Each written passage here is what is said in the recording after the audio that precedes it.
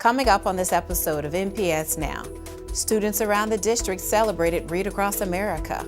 The Mid-Eastern Athletic Conference provided some great opportunities for our students, and dignitaries visited with members of Taylor Elementary's SCA. Plus, Steve Suttmiller with sports. All that and more next on NPS Now.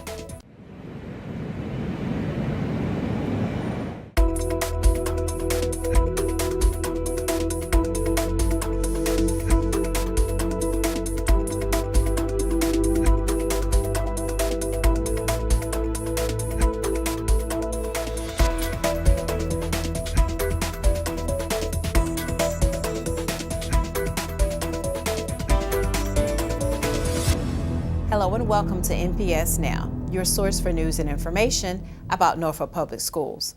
I'm your host, Karen Tanner. The beginning of March means Read Across America, and many of our schools found numerous ways to get students excited about reading. Here's the story. This year, Read Across America Day seemed more like Read Across America Week, as schools around the district celebrated Dr. Seuss's birthday with a variety of activities. Early in the week, sailors from the USS Abraham Lincoln visited several schools, including St. Helena Elementary, and spent time in classrooms reading to some of our youngest students. The goal was to provide community outreach and support, but the enthusiasm of these pre-K and kindergarten students made this experience a memorable one for the sailors.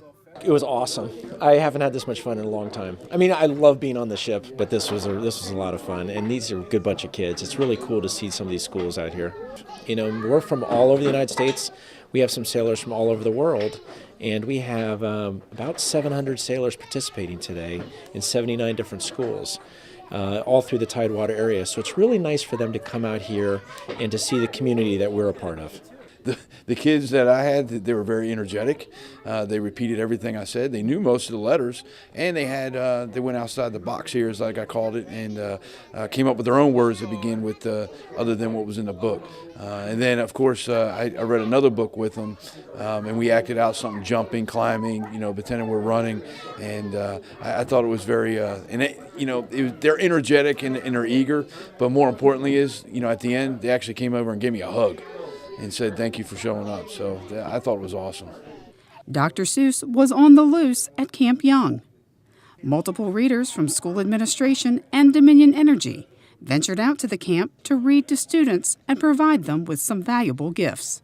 They were great. I mean, they were very engaging. They had a lot of questions, and they were very attentive and listened to the books and the reading. We look to support the communities that we serve. So today, we've actually come and brought books as well to read to the children, and they'll be able to take the books home as well to read them to their family to continue the initiative.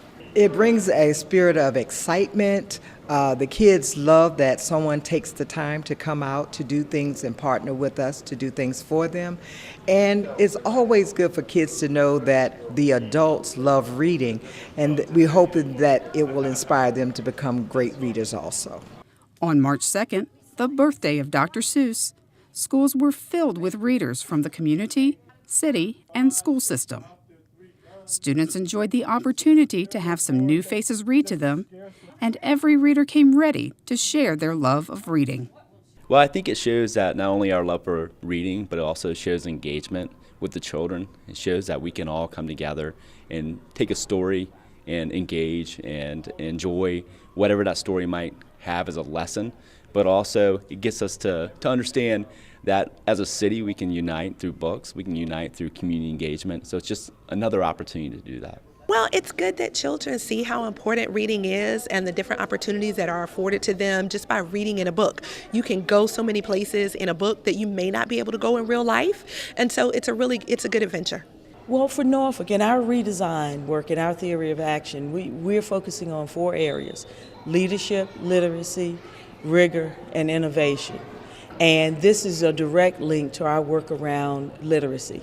And so it's important for students to know, as adults, we value reading every day and how it's a gateway to the rest of great things in life. Crossroads School was the site of a major celebration as students were rewarded for winning their Read with MEAC contest. After an energetic dance party with members from the various MEAC schools, Crossroads was presented with their winning check for $2,000, and the top individual readers at the school were recognized. This program is special not only to Norfolk Public Schools, but also to the MEAC and Town Bank, the sponsor of the competition. The bank does a lot in the community, giving away more than $5 million a year to community activities within the community, Hampton Roads community. But the Read with the MEAC is one of our favorites. We sign all of the certificates, and we make the certificates for all of the kids, and we're really just glad to encourage them to do the best they can. It's really exciting. You know, this partnership with the MEAC has been long-standing since they've been having the tournament in the city, and it shows their commitment to the community and giving back. When you talk about celebrating the accomplishments the kids make with reading and literacy, is phenomenal. I want to commend Crossroads, the principal here, done a magnificent job of engaging their students in reading, and Superintendent Boone has always been supportive of our project of engaging with the community. And one final point, I want students to know that when you achieve academically, you can be recognized as well. And that's really what it's all about. During the MEAC tournament, juniors and seniors from around the district got an exclusive look into the historically black college and university experience at the MEAC College Fair at Norfolk School. 13 colleges and universities from the MEAC, as well as representatives from the military and the city of Norfolk, were on hand to inform students about opportunities after graduation. Students learned about different majors the schools had to offer, campus life, and they could receive on-site admission. I think it's a great opportunity because most students don't have colleges at their fingertips. So when we come on a field trip, we basically have in the palm of my hands, and we got a transcript that our guidance counselor always gave us. So it's better than going online. You gotta wait 2 or 3 weeks for the decision. Well, I think the college experience is important for everybody. You know, just to get the experience. I know it might not be for everybody, but you should at least try. You know, you get to meet new people, experience new things, especially the HBCU experience. I feel like NPS holds a lot of African Americans that don't get the opportunity that other schools get. So I feel like MEAC hosts a lot of HBCUs that have a great opportunities for people that need the opportunity, that haven't been accepted or that haven't been even applied yet. This is a great opportunity for NPS. Norfolk's mayor, school board chair, and vice chair visited Taylor Elementary Student Council Association and spoke with them about the importance of leadership and giving back to the community. These distinguished guests gave a thorough explanation of their backgrounds before answering a variety of tough questions from these bright students. It was great. They had outstanding questions. They were obviously prepared. I love to see the young people engage in student council and student government. I mean, obviously they're going to be part of our future political leaders, and so it's just great to see that what they're doing here at Taylor Elementary School, preparing these young people to understand how government works and really to make sure that our country lives up to the ideals that we say that we believe. Well, hey, I'm a student of Norfolk Public Schools, very proud product of Norfolk Public Schools, and someone always came out to speak to my class as well as to the various organizations, and it was leaders. It was leaders that inspired me, and so I think it's fitting for Rigney, myself, and Dr. Gabriel to be here at Taylor to give back our stories, our lived experiences to these young scholars. It was amazing. It was a great experience to have that happen. I learned a lot from the questions that other people asked. I thought it was nice that they could take time out of their schedules to come, and that they answered the questions honestly and how they thought it would be, and they treated us like we were older than we were. Over 100 students in grades 3 through 6 spent a Saturday at Nauticus competing at the 14th annual district-wide science fair. Participants for the fair included all the science fair winners from each elementary and middle school. Volunteer judges from a variety of backgrounds were impressed with the students' knowledge of their projects and the middle school PowerPoint presentations. It's one of the few times as an adult you can interact with so many different kids at so many different grade levels, and here it's inspiring to see that they're doing this science, getting involved and doing different things, the ideas that they come up with. Some of them I've never even heard of, and it's amazing to, you learn from what they're doing as well.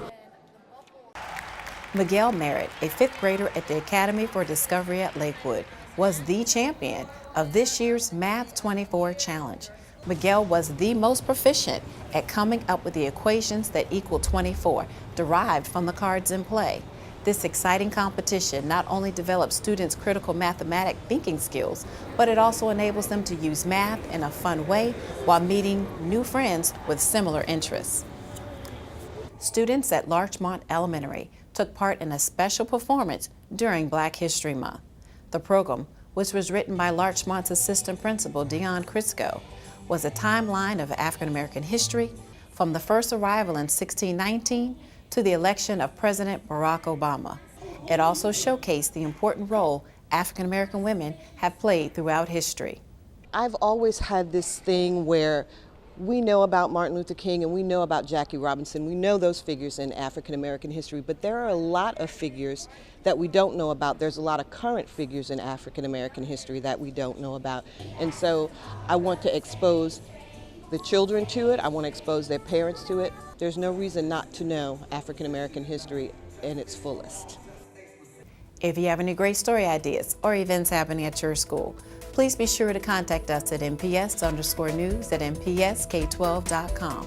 Stay tuned for more NPS Now.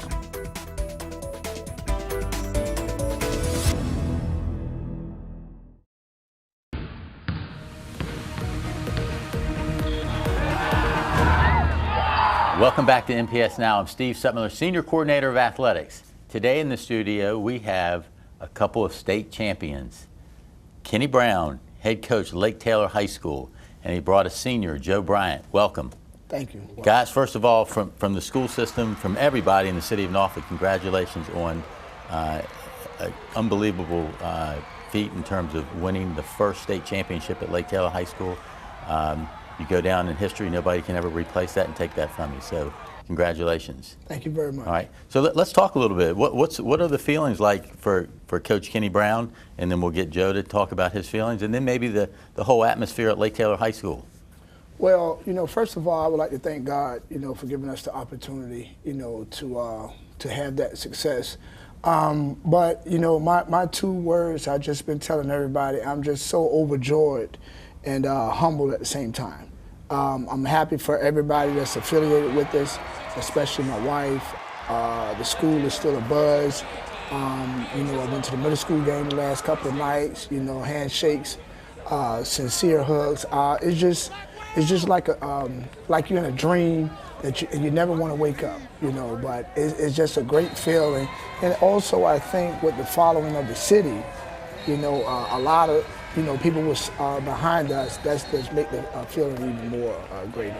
All right, and one thing I've seen you at the games. You have not just the Lake Taylor people coming up to congratulate you, but you have the people that you play day in and day out. The Maris, the Norviews, Booker T. Everybody was really proud of the accomplishment that Lake Taylor High School and then Norfolk basketball, the city, was able to accomplish. So again, awesome job. Joe, talk a little bit about your feelings going with this state championship. It was just a very enjoyable moment. When the clock went 0, I just broke down in tears because all the hard work from freshman year just came to an end. And the students behind me, they were just so happy. So for Coach Brown and just the school. Okay. All right, so we have a positive atmosphere going on at Lake Taylor High School, but let's go back a little bit. Let's talk about this game. This game has many ups and downs. A typical basketball game. It had the, you're up. This team comes back. So Joe, talk about how you guys got up on John Hanley, and then talk about how they got back in the game and pushed this thing into double overtime. We just came out with a lot of firepower. We had went up 10 halftime, and we came out of halftime. They went on a 13-0 run. We just couldn't make shots. They made some shots, made some big shots, and hit free throws, and they just made it a big run. Okay, Coach. All right, you guys are up at 10, and things are feeling really great going in at halftime. What kind of adjustments did you make to continue to build on that league? But obviously it didn't work, and Hanley got back in the game. Right. Well, I just had a quick thought going into the locker room that we were up 7 2 years ago. So it was no overexcitement. We knew that we still had a lot of work to do, and we knew that the big kid, Gus, number 30, was in foul trouble. He didn't pretty much hit any shots in the first half. So we knew that they was going to make a run. We knew they was going to make a run, so we wanted to go in the locker room, keep everybody calm, and we were just trying to tell everybody, you know, in the first 4 minutes, you know, try to win the quarter, but you want to try to do it in the first 4 minutes, but expect anything. We told them that, hey, this is a great John Hannon team. Do not expect a blowout, you know. And I told them the biggest thing was expect them to even take the lead, you know. So that gave our guys a sense of they can very well take the lead. So if it happens, we just don't panic. So we was prepared for them to make a run, and indeed they did make a run in the third quarter. Okay. Joe, let's talk a little bit about your teammate, Darion. He gets fouled, you're down 1, basically no time on the clock, 0.4. How were you feeling at that point? So talk about that. When I was at the free throw line with him, I told him just to stay focused and be calm. When he missed the first one, I just had a flashback to 10th grade year to when our former teammate missed both of them. And when he made the second one, I just almost broke down in tears because I just thought the game was over. Mm-hmm. Well, I mean, you know, his expression, you couldn't tell if he missed it or made it. I mean, that's a great thing with an athlete. So Darion was just calm and cool the whole time. So, Coach, how were you feeling? We know Darion's demeanor, you know, so he don't show any emotions.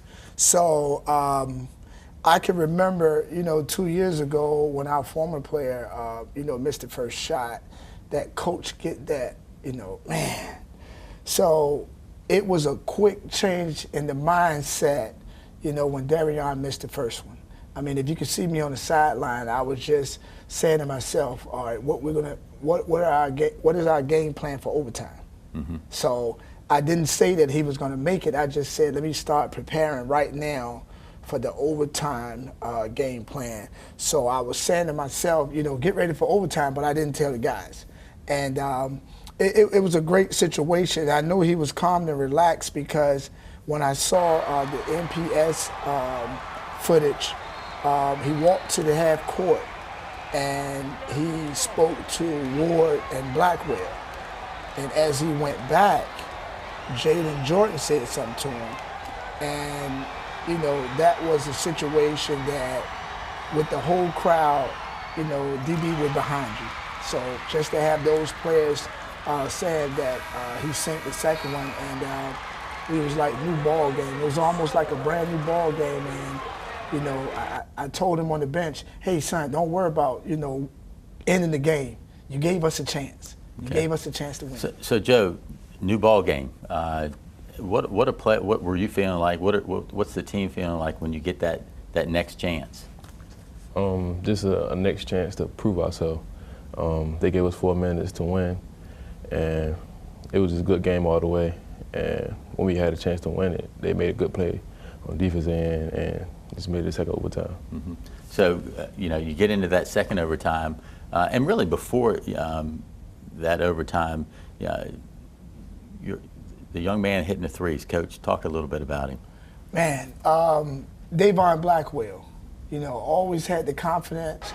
And that's what you want to tell kids, you know, watch that game. He was focused. He didn't play much. He came in sparingly to relieve the Twins. I think he started really playing in the fourth quarter when we had Tyrone and Jalen foul out. But what you teach every kid, he stayed ready. And what can we say? The whole team, even with Bryant being the scorer he is and Seaborn being the scorer he is, they couldn't get to the basket. So we kept telling him, Blackwell, we need you. We need you. He just kept saying in the game, you know, Coach, I'm ready, I'm ready. And what a great situation for a kid in a state final just to pass up 2 or 3, 4 shots to get the ones he wanted, and he capitalized on it. Yeah, he sure did. He knocked them in, and it kept everybody going. So, yes. Joe, you know, going into the season, obviously there was huge expectations for this team. You guys, like you've mentioned, were in the state finals 2 years ago.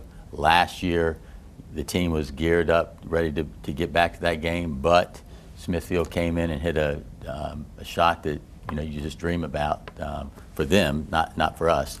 But so talk about the expectations of this season. Was this a you win it all or a bust? So talk about that. We had high expectations for us. Going back to last year when they hit the shot, it was a heartbreaking moment, but we kept it in the back of our mind as motivation. So this year we just used it to get us over the hump and unfortunately win. Okay, Coach, talk a little bit about your seniors and how they were able to handle those expectations during the year and to meet the challenge to get to that state final game and then ultimately win it. The seniors, they just took a leadership role, and they was more confident than actually, myself. They would tell me, throughout the preseason, Coach, just relax. We going to win a state title this year. So, I did a lot of game planning, but, those 6 guys, it's hard to replace those guys when all 6 of them are showing leadership at different times. When they Coach Edwards is taking them to the pool, to work out, on the beach, or everything was mandatory, and they was totally committed. So you can see them growing in the off season to prepare them for the run that they made. And in the new era, They was pretty much relaxed and loose, with playing their type of music on the bus. They play music in practice, and we always told them, as long as you defend hard, that mindset, and share the ball, we can do well. So I think the 6 seniors did a great job in mixing it up with each other. Okay, so Joe, talk a little bit about your 4 years at Lake Taylor, and then I'm going to let Coach Brown kind of talk about you, but talk about your 4 years, and talk a little bit about playing for Coach Brown, how that was. My 4 years just been fun, and just go back to freshman year. He gave me a chance to start as a freshman. I played good, but we didn't have the expectation to win the state yet. So 10th grade year, I kind of backed off a little bit, but I still had a high expectation to win the states. And 11th grade year, I was just not the man, but just the leader and the overall scorer. And 12th grade year, I was just the leader, the vocal player, and I just won the state. It's neat to see a person start as a freshman as you did at Mansman. Big game, came out and did some good things, and you've grown since that. So for me personally, I think you've definitely grown up and done a nice job. All right, Coach, talk about this guy. I mean, it's a lot to say, and you don't, I know I'm on Norfolk Public Schools. You don't want to get teary-eyed. They'll laugh at me for the rest of my life, man. But to even watch Joe Bryant before he even got to high school in 7th grade, he was a small kid, like a manager to us. And when his dad told me that he had to have major knee surgery, it was kind of like devastating because he's a good kid, and to bring him in with the skill set as a freshman, he earned a starting spot. Still had a lot of work, and I always told him for 4 years, mental toughness, Joe, mental toughness. And we had some knockout, drag-out situations, and he responded well like any coachable kid would. And then when he went into his sophomore year, he just started getting better and better. Going into the junior year, he was real good. I think at his junior year, I did an interview with a reporter, and the reporter said, Kenny, you was a first-team All-State. I said, no, he's better than me. And the reporter said, excuse me? I said, no, it wasn't it wasn't that I said that by mistake. I knew exactly what I said. I said, he's much better than me. And he showed it even from 3 years going into his senior years with the things that he could do, defending on the perimeter. And I told him, because Joe is not, at the point he was not very vocal, but I told him, I said, Joe, a good leader lead by example. You don't even have to talk at times. So when the kids would get a little out of hand in practice, and he was a part of it, you know, they laughed because they're young. I never went to anybody else. I always pulled them to the side. And I could tell his passion and his emotion because Joe would always get teary-eyed.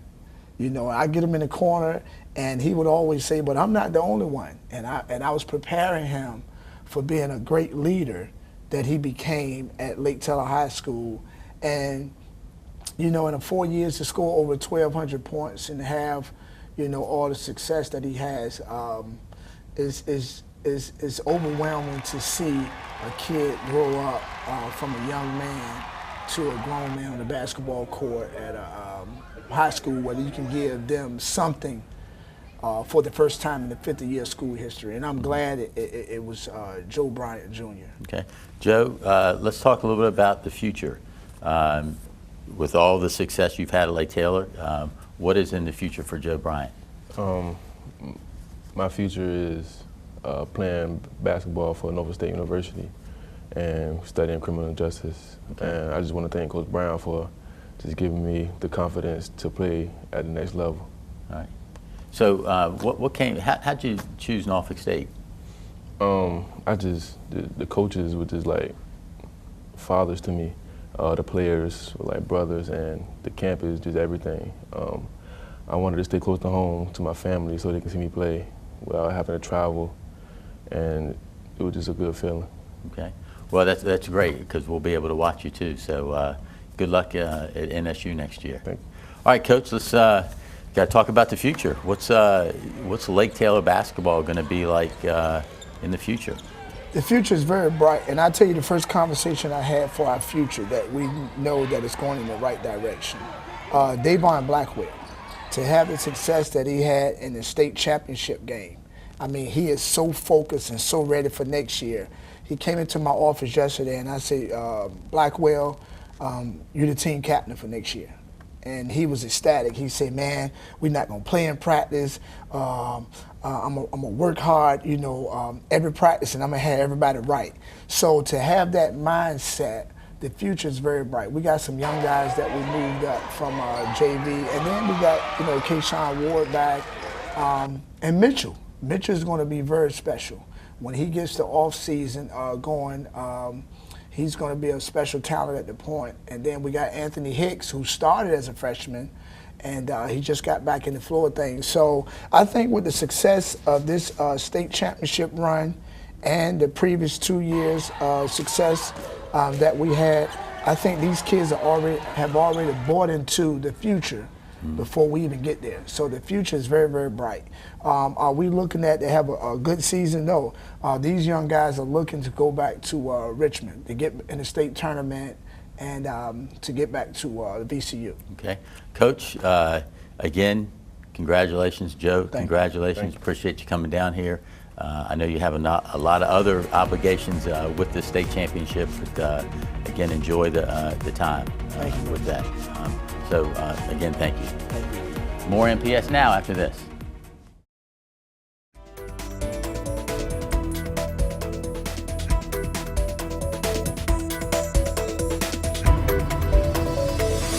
We want to thank you for watching NPS Now. It airs weekly on WNPS Channel 47, or you can view us online at www.npsk12.com. If you have any great story ideas or information you'd like to share, email us at nps_news@npsk12.com. Again, we want to thank you for watching NPS Now.